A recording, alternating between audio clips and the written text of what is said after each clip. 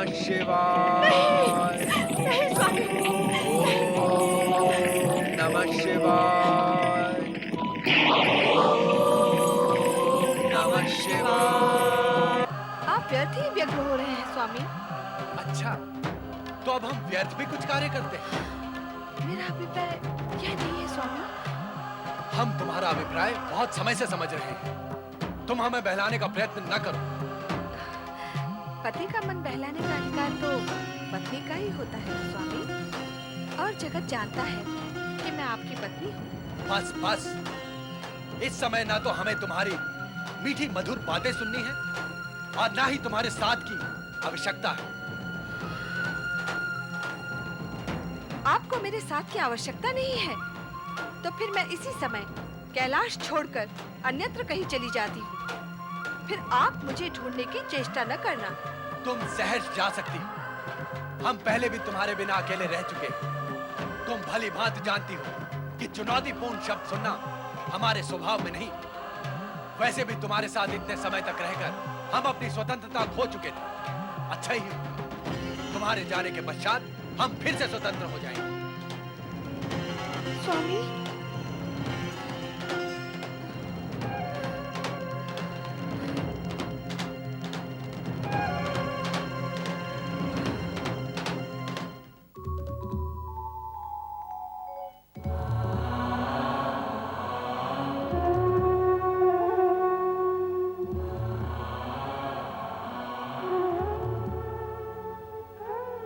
पार्वती, क्या इस तरह कैलाश से नाता तोड़कर चले जाना उचित होगा? अपने पुत्र समान नंदी और शिवगणों का भी विचार नहीं आया तुम्हें? तुम्हारे न होने पर उनकी क्या स्थिति होगी? अब कैलाश से चलकर आई हूँ तो लौटकर कैसे जा सकती हूँ? नंदी और शिवगण की चिंता करने की मुझे क्या आवश्यकता है? उनकी चिंता करने वाले शिव शंकर तो कैलाश पर बैठे ही हैं ना। किंतु प्रश्न ये है कि तुम जाओगी कहां और कहां? पिता हिमालय राज की शरण में। नहीं नहीं नहीं, वहां नहीं जाऊंगी। वहां जाने से उनकी चिंता बढ़ जाएगी और वे स्वामी के पास लौट जाने के लिए कहेंगे। नहीं, मैं वहां नहीं जाऊंगी। तो कहां जाऊंगी? किसी अज्ञात स्थान पर, जहां कोई मेरे विषय में जान भी ना सके। किंतु शिव तो अंतर्यामी है, तुम उनसे कैसे छिपी रह सकती हो? वे जान ही जाएंगे कि तुम कहां हो। जानते हैं तो जान ले। मेरा भी दृढ़ निश्चय है कि मैं इस बार सरलता से कैलाश नहीं लौटूंगी। वे मना मना कर थक जाएंगे, फिर भी नहीं लौटूंगी। मैं कैलाश नहीं लौटूंगी, नहीं लौटूंगी, नहीं लौटूंगी।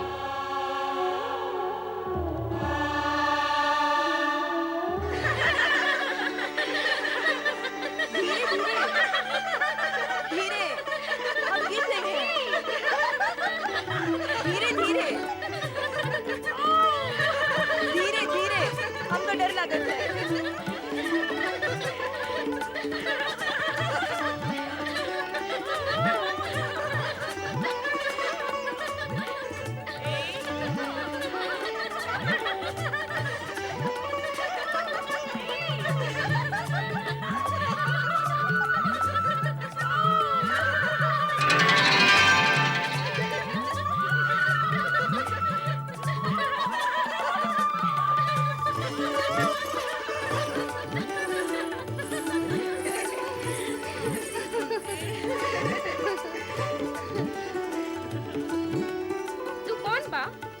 कहाँ से आवत हो? हमारा नाम पर्वतिया है। यहाँ से तनिक दूर हिम्बा गांव में हम रहते हैं। मरदवा से तनिक कहा सुनी हुई गई तो हम रूट कर यहाँ चले आए। का हमका आपन संग रखो? हाँ हाँ, काहे नाही। तुम जैसी सुंदर नर को कौन ना बोलेगा री। तुहार भरतार आवे तो भी लौट कर न जाई का, हम तो का छुपा ले। पर्वतिया, झूला झूलबो? नहीं नहीं नहीं। अरे चल, आ बैठ, चल। अरे तू भी हमार संग ना बैठना। ना हमका डर लागत है। अरे डर तो हमका भी लागत है, आ बैठ।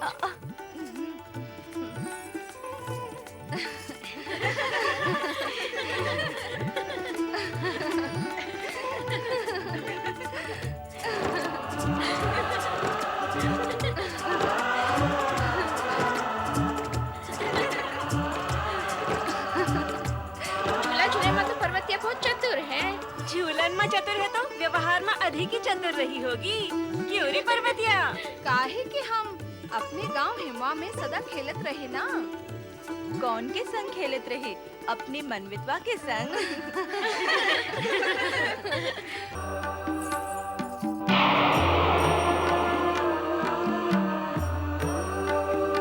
देवी पार्वती,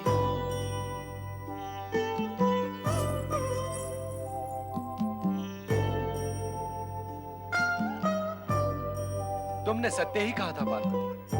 तुम हमारे बिना अधिक समय तक प्रसन्न नहीं रह सकती। ऐसे क्यों देख रही हो? कौन हो तुम? एक अकेली बाला के पास ऐसे छिप छिप कर आवत हो। तुमका का लाज विचार नहीं है का? कौन हो तुम? तुम हमका नहीं जानत का? अरे हमें का पड़ी है तुम्हें जानबे की? ए जाओ यहाँ से, हम नहीं जानत कौन हो तुम। ये तुमने झूठ बोलना कब से आरंभ किया पार्वती? अरे कौन पार्वती? हम पार्वती नहीं पर्वतिया हैं, पर्वतिया। हाँ, तुम यहाँ जिसे ढूंढने को आए हो वो कोनो और होगी, हम नहीं हैं। अब जाओ यहाँ से। अर्थात तुम हमें पहचानना भी नहीं चाहते। क्या सारे संबंध सदा सदा के लिए तोड़ दिए हमसे? मैया रे मैया, कौन से संबंध और कैसी पहचान? हाँ, कोई सुनेगा तो का कहेगा? ई नार एक अनजान पुरुष से फुसुर फुसुर करके काहे बतिया रही है? तुमका यहाँ हमार मान सम्मान मिट्टी में मिलावे को आए हो का? पार्वती, तुम्हारा ये स्वांग हमें अच्छा नहीं लगा। तुम्हारे व्यवहार से हम आहत हुए हैं। हमारे साथ किए गए अपमान का परिणाम तुम्हें अवश्य ही भोगना होगा।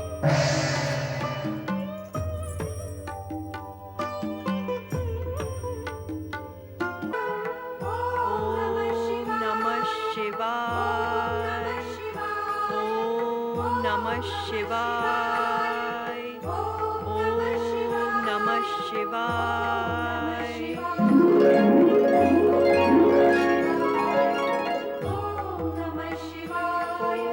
ओम नमः शिवाय। ओम नमः शिवाय। ओम नमः शिवाय। कैसी नर्तकी है ये महानंदा? इसे तो अपने रसिकों का तनिक भी ध्यान नहीं। वही तो, हम सब कब से उसकी प्रतीक्षा कर रहे हैं। कितने व्याकुल हैं हम लोग उसका नृत्य और रूप सौंदर्य देखने के लिए। एक हम हैं जो उसके रूप का रसास्वादन करने आए हैं, और एक वो है जो शिव भक्ति में लीन है। पर ये मानना पड़ेगा रसिक मणि कि महानंदा की शिव भक्ति की चर्चा और कीर्ति दूर दूर तक पहुंच चुकी है। वो सत्य है तो यह भी सत्य है कि इसके नृत्य और सौंदर्य की चर्चा सुनकर रसिक जन दूर दूर से यहाँ आते हैं। अर्थात महानंदा में कुछ विशेषता अवश्य है। कुछ विशेषता देखकर यहाँ पर आए हो रसिक महाराज, तो फिर लौट जाओ। अरे परम सुंदरी महानृत्यिका महानंदा में विशेषता के अतिरिक्त अन्य कुछ है ही नहीं।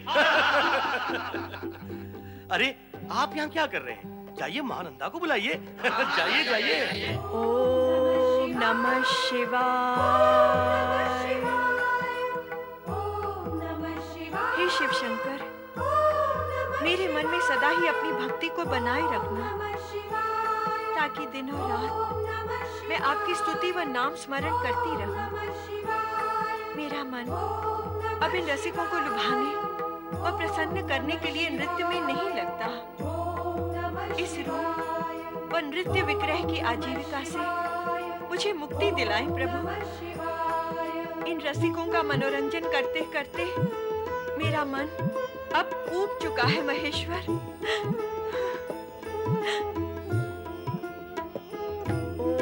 ओम नमः शिवाय। ओम नमः शिवाय। ओम नमः शिवाय।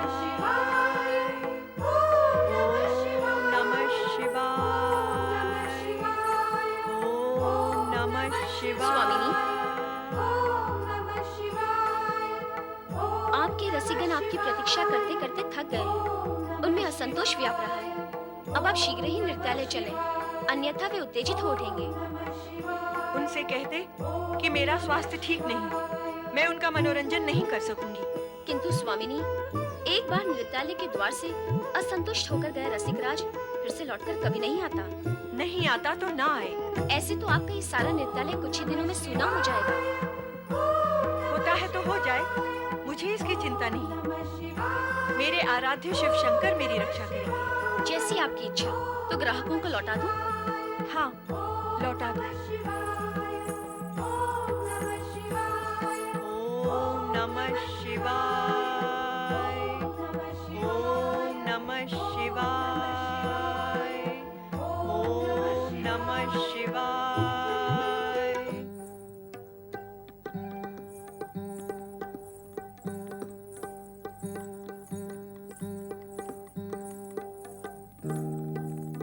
रसिकगण, आज स्वामिनी स्वस्थ नहीं है, अतः नृत्य द्वारा आप जन का मनोरंजन नहीं कर सकते। अस्वस्थ है तो हमें यहाँ बिठाकर क्यों रखा? इतने समय तक प्रतीक्षा क्यों करवाई हमसे? लगता है महानंदा को अपने रूप सौंदर्य का बहुत अभिमान हो गया है। तभी तो अब हम रसिकों का अपमान होने लगा है। हम अपनी धन संपदा लुटाते हैं इस पर, फिर इसका अभिमान और अपना अपमान क्यों सहेंगे? हाँ क्यों सहेंगे? हाँ क्यों सहेंगे? हाँ, क्यों सहेंगे? चलो यहाँ से जाएंगे, भविष्य में कदापि नहीं आएंगे। कभी नहीं आएंगे, कभी नहीं आएंगे, कभी नहीं आएंगे।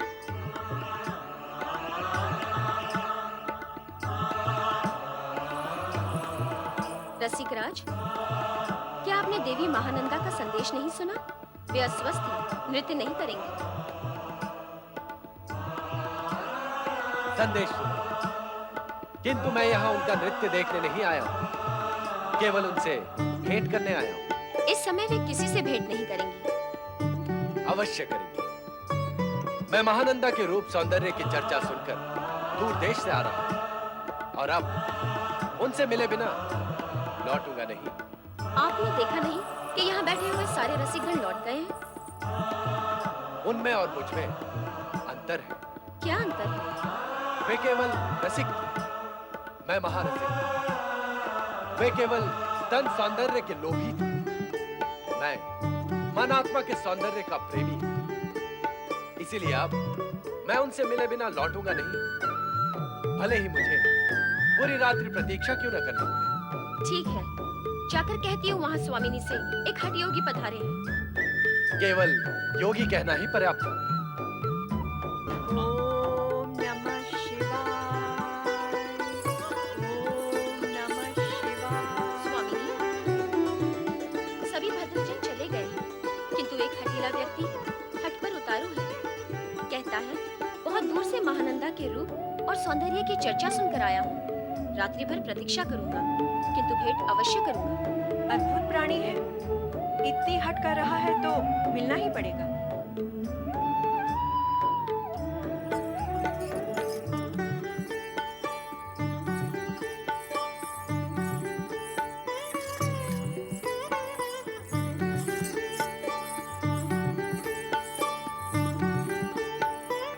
कहिए महाशय, क्या आज्ञा है मेरे लिए? आज्ञा नहीं देवी, निवेदन है।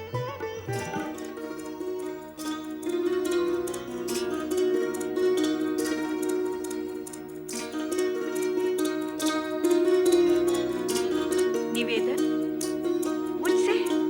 महानंदा, तुम्हारे रूप की जैसी कीर्ति हमने सुनी थी, उससे अनेक गुना अधिक तुम्हें पाया है। तुम्हें देखकर हम अत्यधिक प्रसन्न हुए।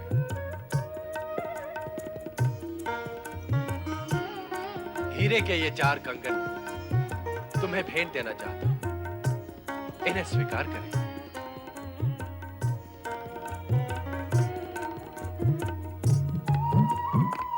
देवी महानंदा, कहिए।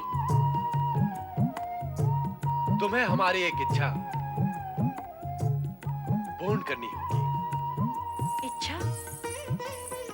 कैसी इच्छा महाशय? तुम्हें 3 दिनों के लिए हमारी पत्नी बनकर रहना होगा। इन 3 दिनों में तुम्हारे नृत्यालय में कोई भी ग्राहक व रसिक नहीं आएगा। किंतु महाशय, इन 3 दिनों का पारिश्रमिक भी मैं तुम्हें दूंगा। कहो, स्वीकार है? हाँ, स्वीकार है। देवी, यह रत्न निर्मित शिवलिंग मुझे अपने प्राणों से भी अधिक प्रिय है। तुम्हें 3 दिनों के लिए इस शिवलिंग को अपने पूजा घर में रखना होगा। जब मैं लौट के जाने लगूं, तो ये शिवलिंग मुझे लौटा देना।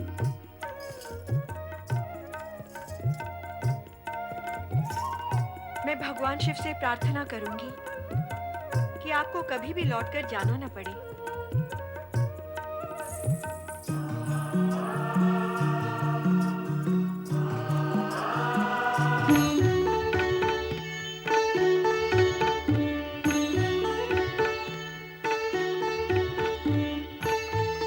भैया गणेश, बड़े भैया कार्तिकेय।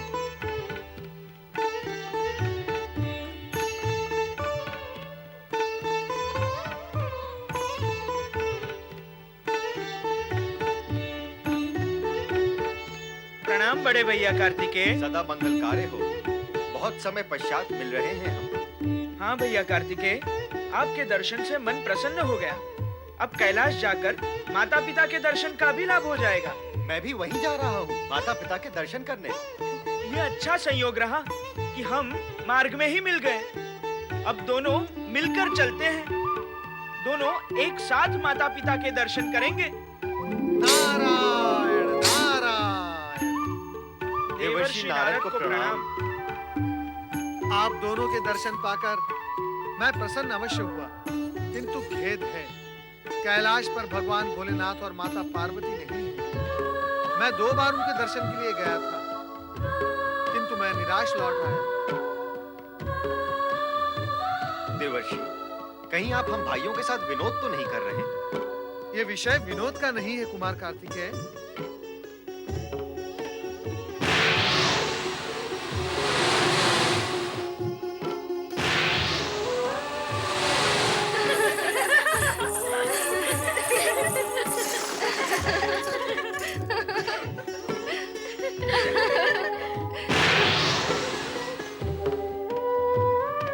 भैया कार्तिकेय, हमारे माता पिता दोनों विचित्र वेशों में विचित्र स्थानों पर पहुंच चुके हैं।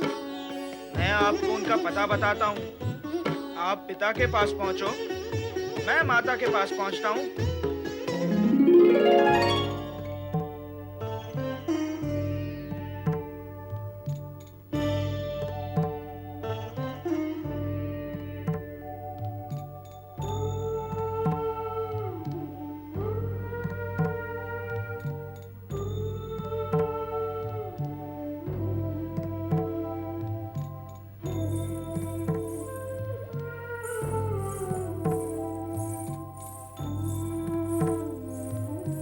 स्वामी, मैं आपकी सेवा में उपस्थित हूँ।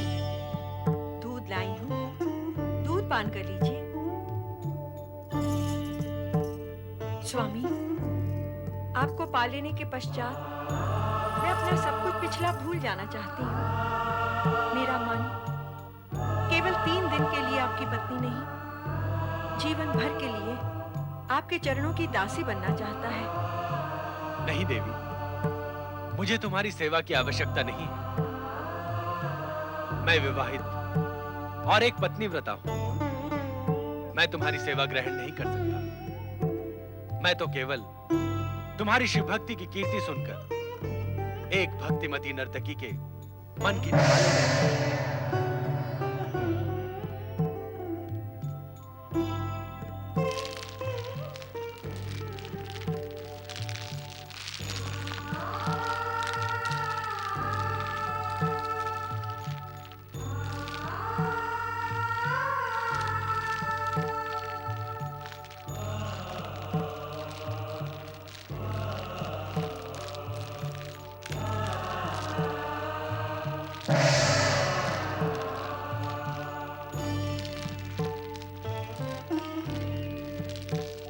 माता को पुत्र गणेश का प्रणाम।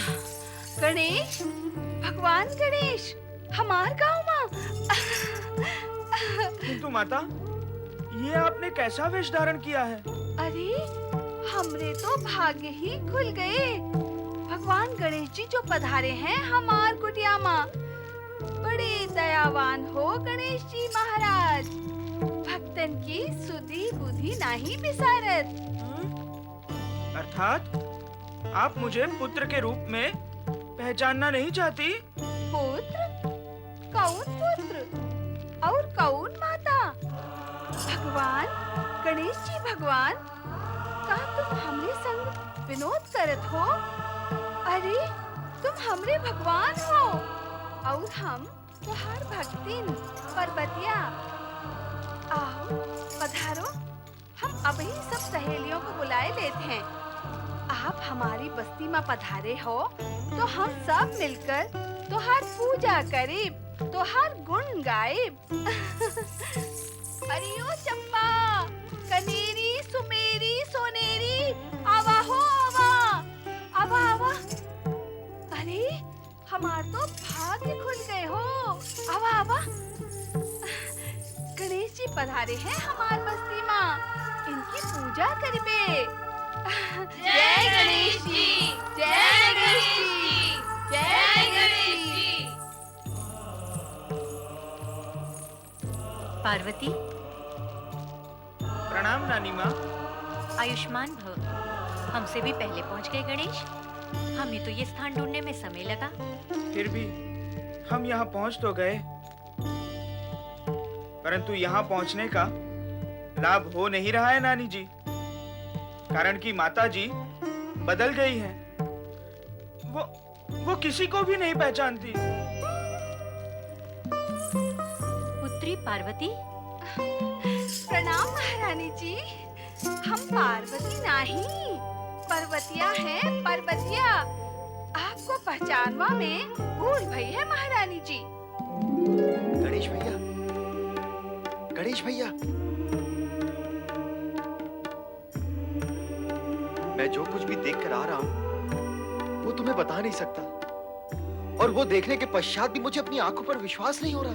भैया कार्तिकेय, अब जो कुछ भी देख कर आ रहे हो वो मैं पहले ही देख चुका हूँ। नारायण नारायण। कुमार कार्तिकेय, श्री गणेश आप?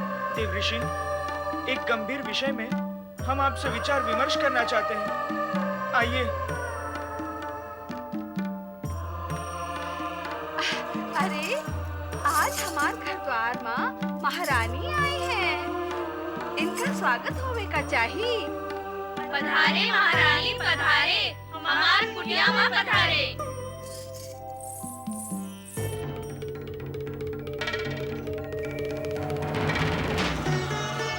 देवर्षि, अब तक तो आपको ज्ञात हो ही गया होगा कि हमारे माता पिता एक दूसरे से रुष्ट होकर अलग अलग स्थानों पर अद्भुत रूप धारण करके पहुंच चुके हैं। नारायण नारायण। ज्ञात तो हो ही चुका है गणपति महाराज, लेकिन विषय आश्चर्य का है कि अभी तक आपकी समझ में शिव लीला का रहस्य नहीं आया।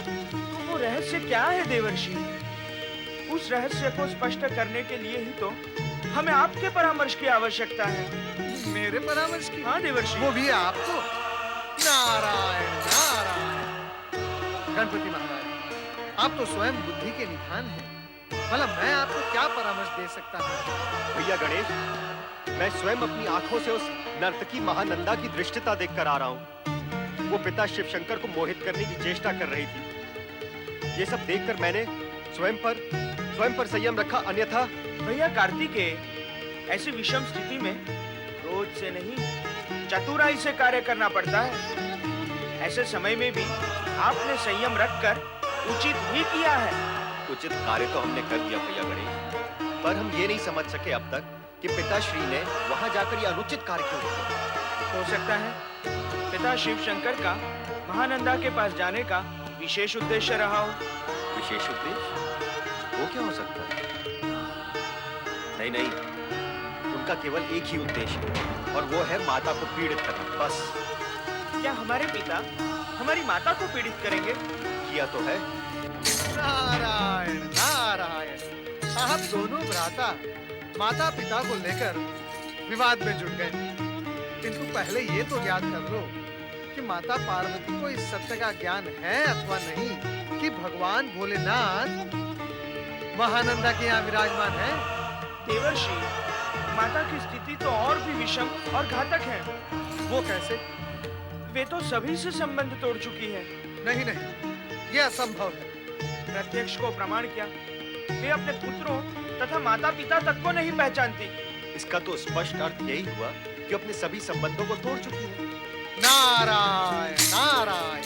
कुमार कार्तिकेय, कभी कभी हम सब किसी बात अथवा घटना का अर्थ लगाने में शीघ्रता, उत्तेजना और भावना से काम लेते हैं और यहीं पर हम भयंकर भूल कर बैठते हैं, कारण कि हमारी यही उत्तेजना और शीघ्रता हमें अर्थ को स्पष्ट देखने ही नहीं देती।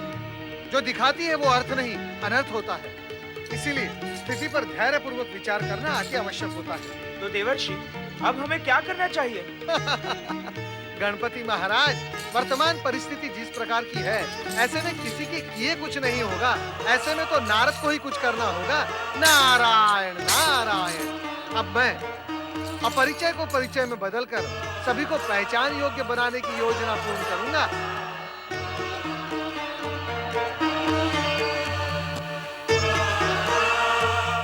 आपन महारानी की का कहें, हमरे तो भाग्य उदय हुई वे। हमार महारानी हमार बस्ती में पधारी, हमसे बतियाई, हमार मन तो प्रफुल्ल हुई गवा। इनका बड़ा उपकार भया हम पर। बोलो हमार महारानी की जय। हमार महारानी की जय।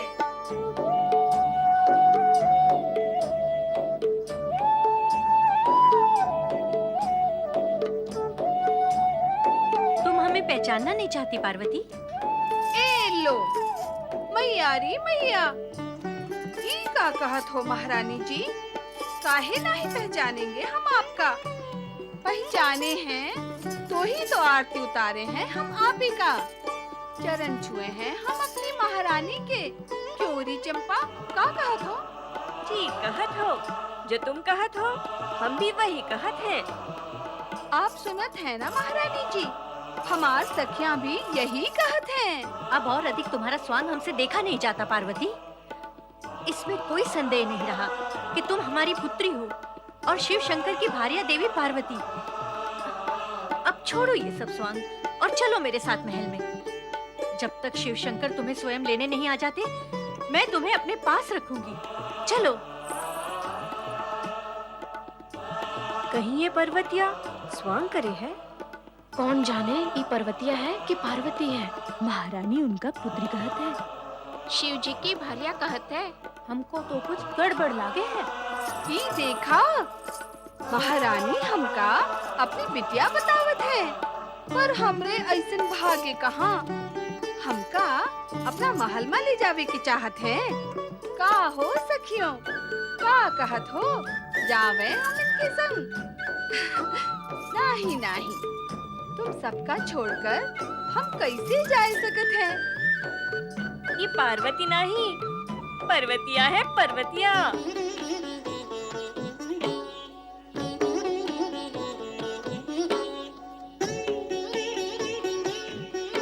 कहीं ऐसा तो नहीं कि इस पार्वती के चेहरे वाली इस पर्वतिया को मैं ही पार्वती समझ रही हूँ? एक से चेहरे वाली दो कन्याएं भी तो हो सकती हैं। नारायण नारायण। महारानी मैना, प्रणाम। प्रणाम माता पार्वती। प्रणाम नानी जी। माता, आपके इस अपरिचय और स्वांग के कारण कहीं कोई अनर्थ न हो जाए। रूठे हुए भगवान भोलेनाथ अत्यंत सुंदर नर्तकी महानंदा के महल में पहुंच चुके हैं, जहां महानंदा उन्हें लुभाने के लिए हर संभव प्रयत्न कर रही है।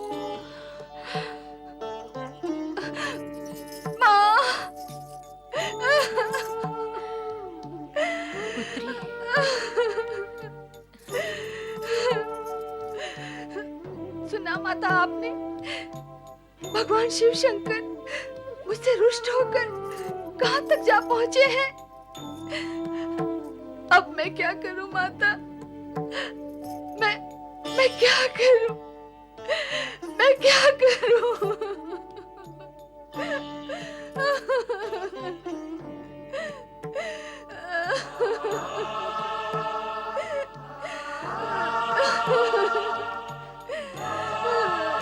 आंसू मत बहाइए माता, मैं उस दुष्ट महानंदा को इसी क्षण दंडित करूंगा। श्री गणेश, मुझसे कोई भूल तो नहीं हुई? नहीं देवर्षि, भूल कैसी? आपने तो रहस्य पर पड़े आवरण को हटाकर स्थिति को सुधार दिया है। वैसे भी हम सब तो शिव लीला के पात्र हैं। वही करेंगे जो वो चाहते हैं।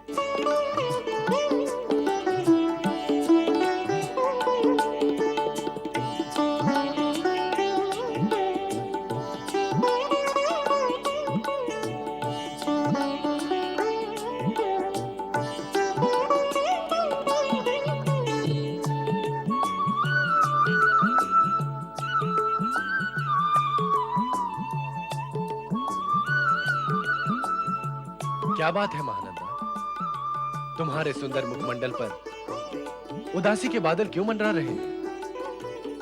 स्वामी, आपके द्वारा दिए गए वचन और मेरी स्वीकृति के अनुसार 3 दिन तक मैं आपकी पतिव्रता पत्नी हूँ।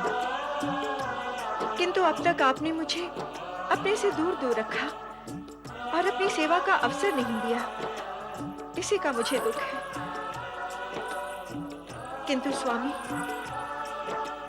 मन ही मन मैंने भी एक निश्चय कर लिया है। कहो कहो, निसंकोच होकर कहो, क्या निश्चय किया है तुमने? यही कि अब इस जीवन में आपके अतिरिक्त मैं किसी की सेवा नहीं करूंगी। ऐसा निश्चय करने से पूर्व तुम्हें दूरदर्शिता से अपने भविष्य का विचार करना चाहिए। मैं तो मात्र 3 दिनों का अतिथि बनकर आया हूं। समय पूर्ण होते ही लौट जाऊंगा। उसके पश्चात तुम क्या करोगे? शेष जीवन आपकी स्मृति में व्यतीत कर दूंगी स्वामी, केवल आपकी स्मृति में।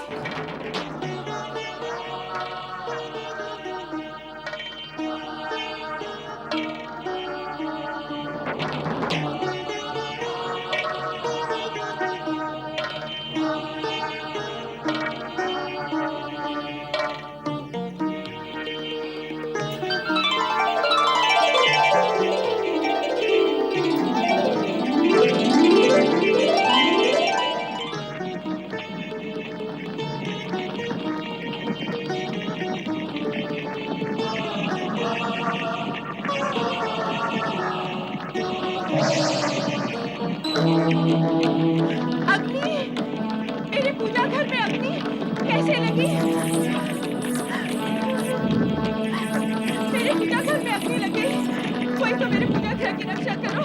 चंद्रिका, भद्रेश, रूपाली, शीघ्र आओ। जल्दी आओ, देखो क्या हुआ। पहले शिवलिंग की रक्षा करो। पहले शिवलिंग की रक्षा करो। तुम लोग खड़े खड़े मुझे क्या देख रहे हो? चल लेके आओ। छोड़ दो मुझे, छोड़ दो मुझे, छोड़ दो मुझे। रुक जाइए।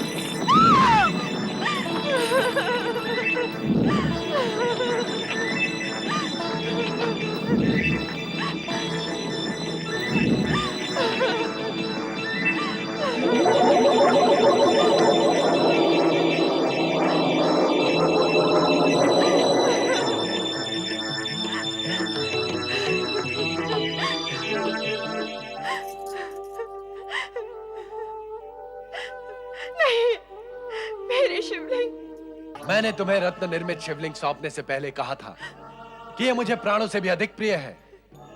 कहा था ना? हाँ स्वामी, अवश्य कहा था। किंतु मैं निर्दोष हूँ। मेरा केवल इतना दोष है कि मैं दुर्भाग्यवश उस शिवलिंग की रक्षा न कर सकी। मुझे क्षमा कर दो स्वामी, मुझे क्षमा कर दो। तुम्हें क्षमा करने के पश्चात भी मेरी मुक्ति नहीं है महानंदा। मैं अपने प्राण प्रिय शिव के बिना एक पल भी जीवित नहीं रह सकता। इसलिए अब तुम मेरे लिए चिता तैयार करो। जिस प्रकार अग्नि की ज्वाला में सब कुछ जल गया, मेरे लिए कुछ भी शेष नहीं बचा। उसी प्रकार मैं स्वयं को चिता की ज्वाला में जलाकर भस्म कर दूंगा। नहीं, नहीं स्वामी नहीं, ऐसा न कहें। मुझ पापिन को क्षमा कर दें प्रभु। तुम बार बार क्षमा मांगकर मुझे विवश क्यों कर रही हो महानंदा? इस क्षमा का लाभ तुम्हें होगा, मुझे नहीं। तुम्हें क्षमा करने के पश्चात भी मैं अपने प्राण प्रिय शिव की स्मृति से मुक्त नहीं हो सकूंगा। मैं तुम्हें दोष नहीं दे रहा हूं, किंतु क्या करूं, विवश हूं। इस स्मृति की अग्नि मुझे पल पल जलाए, इसकी अपेक्षा उचित तो यही होगा कि मैं एक ही बार स्वयं को जलाकर भस्म कर दूं। चिता तैयार करो महानंदा। नहीं! यदि आपने ऐसा किया तो मेरी क्या दशा होगी? क्या मैं जीवन भर प्रायश्चित की अग्नि में नहीं जलती रहूंगी? तुम्हें किसी भी प्रकार से पीड़ित करना मेरा उद्देश्य नहीं है महानंदा। मैं तो स्वयं को पीड़ा मुक्त करना चाहता हूं।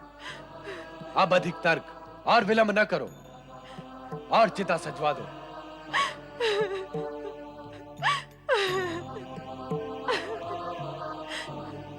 जैसी आपकी इच्छा स्वामी। नहीं महेश्वर नहीं, ऐसा कदापि न करना, अनर्थ हो जाएगा। जगत का प्रवाह रुक जाएगा, सृष्टि की गति मंद होकर बंद हो जाएगी। प्रभु क्या हुआ ब्रह्मदेव? क्या करने जा रहे महेश्वर? क्यों जगत का प्रभाव रुक जाएगा? तुम्हारे प्रश्नों का सूत्र दूर तक जाता है देवी। मैं क्या क्या बताऊं? जहाँ तक भी जाता हो यह सूत्र, किंतु जो है वे तो बताएं। जिस व्यग्रता और विकलता से आपने महेश्वर को संबोधन किया है, उससे तो ऐसा प्रतीत होता है कि कुछ अप्रिय घटित होने जा रहा है। तुम्हारा अनुमान सही है देवी। भगवान भोलेनाथ सोमसेन के मानवीय रूप में जलती चिता में प्रवेश करना चाहते हैं। क्यों? क्यों? क्यों करना चाहते हैं वे ऐसा? देवी तुम तो जानती ही हो कि भगवान शिव की लीला अत्यंत विचित्र और न्यारी होती है। शिव तो स्वयं अति विचित्र और न्यारे हैं, तो उनकी लीलाएं न्यारी क्यों नहीं होंगी? पूर्ण रूप से ये महानंदा के उद्धार का प्रसंग है, किंतु शिव पार्वती विवाद की पृष्ठभूमि पर यह प्रसंग खड़ा है। यदि सोमसेन रूपी महेश्वर को इस समय रोका न गया तो स्थिति उलझ जाएगी। प्राण त्यागने की तैयारी? हाँ माता, सोमसेन के रूप में। किंतु ये सब करने की आवश्यकता ही क्या है? शिव की विचित्र लीलाएं कब और कहां आवश्यक होती हैं, इसका निर्णय वो स्वयं ही कर सकते हैं। लगता है सखी पार्वती को पीड़ित करने के लिए भोलेनाथ ने सोमसेन का रूप धारण किया है और अब चिता पर बैठकर प्राण त्यागने का उपक्रम कर रहे हैं। इस कथा में अन्य अनेक चरित्र तथा पड़ाव है माता। वर्तमान चिंता का मूल विषय यह है कि भगवान भोलेनाथ सोमसेन अर्थात मानव रूप में है। यदि वे मानव रूप में चिता पर बैठकर भस्म हो जाते हैं तो भविष्य में उनका रूप क्या होगा, यह विचारणीय है। स्थिति की गंभीरता को देखते हुए हमें तुरंत वहां पहुंचना चाहिए। हम में मैं भी हूं ना? देवी, हम में 2 से लेकर करोड़ों तक की संख्या समा सकती है। आओ चलें। ये सब क्या हो रहा है श्री गणेश? वहां पिता शिव शंकर सोमसेन का रूप धारण कर उस दुष्ट महानंदा के कारण चिता प्रवेश की तैयारियां कर रहे हैं। लगभग सभी देवगण को इस अप्रिय प्रसंग का ज्ञान हो गया है। उधर माता पार्वती भी अत्यंत दुखी है। दुखी कौन नहीं है, और दुखी क्या, मैं तो क्रोधित भी हूँ। इच्छा होती है कि उस दुष्ट महानंदा का वध कर दूं, किंतु क्या करूं, मर्यादा वश विवश हूं। स्त्री पर प्रहार करना उचित भी तो नहीं। उचित अनुचित पर फिर कभी विचार कर लेंगे। इस समय तो हमें चिता भूमि पहुंचकर पिता महादेव को रोकना होगा। हाँ चलो। हाँ। ओम नमः शिवाय, ओम नमः शिवाय, ओम नमः शिवाय, ओम नमः शिवाय, ओम नमः शिवाय, ओम नमः शिवाय, ओम नमः शिवाय, ओम नमः शिवाय, ओम नमः शिवाय, ओम नमः शिवाय, ओम नमः शिवाय, ओम नमः शिवाय। हे महेश्वर, हे कैलाशपति, हे भोलेनाथ, रत्न निर्मित शिवलिंग में विराजित महादेव, मुझे दुख है कि मैं आपकी रक्षा नहीं कर सका। मुझे क्षमा करें प्रभु, मुझे क्षमा करें। मैं चिताग्नि में प्रवेश करके अपने द्वारा अनजाने में हुए घोर पाप का प्रायश्चित कर रहा हूं। स्वामी, स्वामी रुकिए। स्वामी, आपके वचन के अनुसार अभी तक 3 दिन पूर्ण नहीं हुए। वचन की मर्यादा और नैतिकता के कारण मैं आपकी धर्म पत्नी हूँ, और इस जगत की कोई भी पत्नी अपने पति को इस तरह चिता में जाते हुए नहीं देख सकती। देखने के लिए तुम्हें यहाँ चिता भूमि में आने की आवश्यकता ही क्या थी? न तुम यहाँ आती, न ये सब देखती। मेरा पतिव्रत धर्म मुझे यहाँ लेकर आया है स्वामी, केवल 3 दिन के लिए ही सही, किंतु मन, वचन, कर्म और समर्पित भाव से मैंने आपको अपना पति स्वीकार किया है। मैं आपसे पुनः प्रार्थना करती हूँ कि दुर्भाग्यवश जो अग्निकांड हुआ और रत्न में शिवलिंग की हानि हुई, उसे भूलकर भविष्य का विचार करें स्वामी। महानंदा, जिस प्रकार तुम्हें अपनी मर्यादा और धर्म प्रिय है, उसी प्रकार मुझे अपने शिव प्रिय है।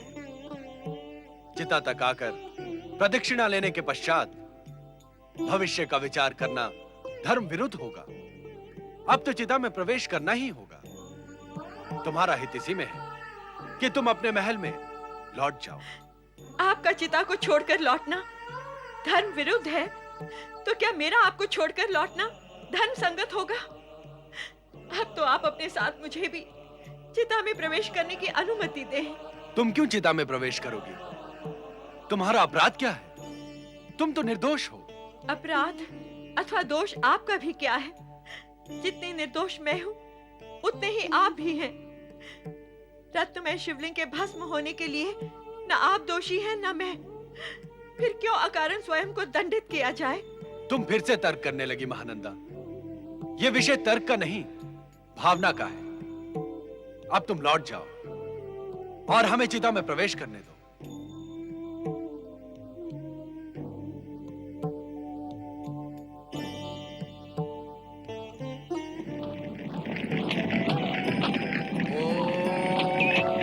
नमः शिवाय।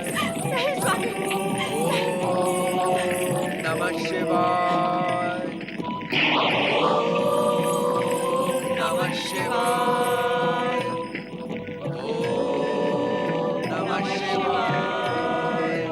ओम नमः शिवाय। ओम नमः शिवाय। ओम नमः शिवाय। ओम नमः शिवाय। ओम नमः शिवाय। ओम नमः शिवाय। ओम नमः शिवाय। ओम नमः शिवाय। ओम नमः शिवाय। ओम नमः शिवाय। ये क्या पिता महादेव, ये क्या किया आपने? शांत हो जाइए भैया कार्तिकेय। क्या ये समय शांति का है? भोलेनाथ ने मानव रूप धारण करके अग्नि में प्रवेश किया है। महेश्वर अग्नि में प्रवेश कर गए हैं, कुछ अनिष्ट ना हो जाए। ओम नमः शिवाय। पिताश्री, हम आपके दर्शन को व्याकुल हैं। पिता महादेव प्रकट हो। हाँ भोलेनाथ, अपने मूल स्वरूप में दर्शन दें। हम प्रतीक्षा में खड़े हैं भोलेश्वर। ओम नमः शिवाय। दर्शन दे महेश्वर, हमारी पुकार सुनिए देवेश्वर। हे त्रिकालदर्शी प्रकट हो जाएं। ओम नमः शिवाय। ओम नमः शिवाय। ओम नमः शिवाय। ओम नमः शिवाय। ओम नमः शिवाय।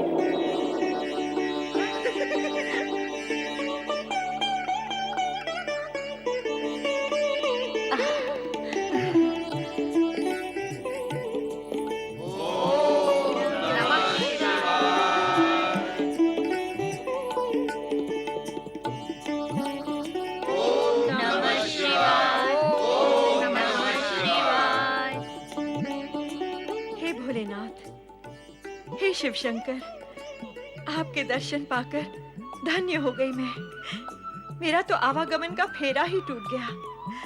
जन्म मरण से मुक्त हो गई मैं। क्या ये जानती थी मैं कि श्रेष्ठी सोमनाथ के रूप में मेरे आराध्य ही मेरे सामने हैं। मुझ जैसी तुच्छ नारी पर ऐसी महान कृपा। हे पतितों के उद्धार करता शिव शंकर, आपका दर्शन इस रूप में होगा, इसकी मैं कल्पना भी नहीं कर सकती थी। कल्पना करना नहीं, तुम्हारे लिए भक्ति करना ही उचित है। तुम्हारी अटूट शिव भक्ति और दृढ़ पति भक्ति के पवित्र भावना से हम अत्यधिक प्रभावित और प्रसन्न हुए हैं। कला व सौंदर्य की भौतिक कृति व आजीविका भी तुम्हें शिव भक्ति और आत्मनीति से विमुख नहीं कर सकी। हम तुम्हें शिवलोक प्राप्ति का वरदान देते हैं।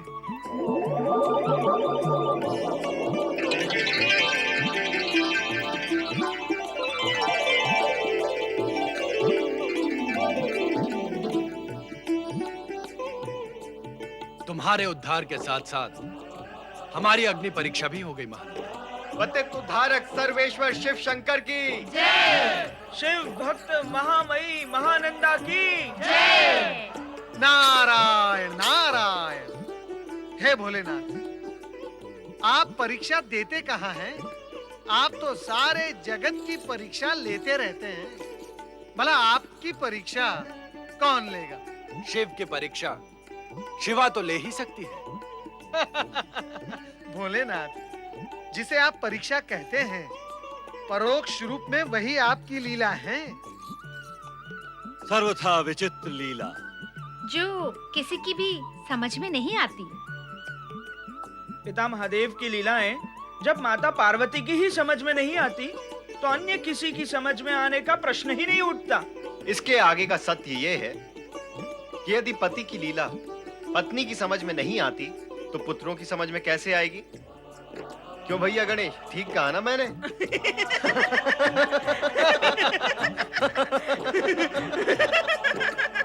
शिव भक्त महानंदा के उद्धारक भगवान भोलेनाथ की जय। आप सभी आदरणीय अतिथिगण को प्रणाम। आप सभी इस समय यहाँ कोई विशेष प्रयोजन? भोलेनाथ, हमारे यहाँ आने का प्रयोजन आपसे छिपा हुआ नहीं है। कृपया कर आप अपनी ये लीला समाप्त करें और रूठी हुई माता पार्वती को पुनः कैलाश ले जाएं।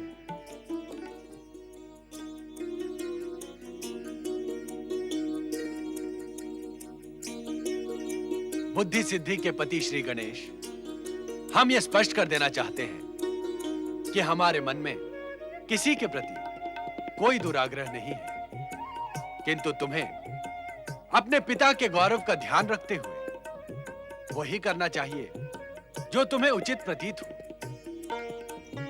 हाँ महेश्वर, इस समय वही करना उचित होगा जो दोनों पक्षों के हित में हो। हे शिव शंकर, यदि पार्वती से कोई त्रुटि हो गई हो तो मैं आपसे क्षमा याचना करती हूँ कि आप पार्वती को भी क्षमा कर दें। आप हमसे क्षमा मांगकर हमें क्षमा मांगने के लिए विवश न करें। यदि कोई त्रुटि हुई है तो उसमें हम समान रूप से भागीदार हैं, किंतु अब स्थिति में शीघ्र ही सुधार आएगा। हम सब की ओर से यह कार्य श्री गणेश करेंगे।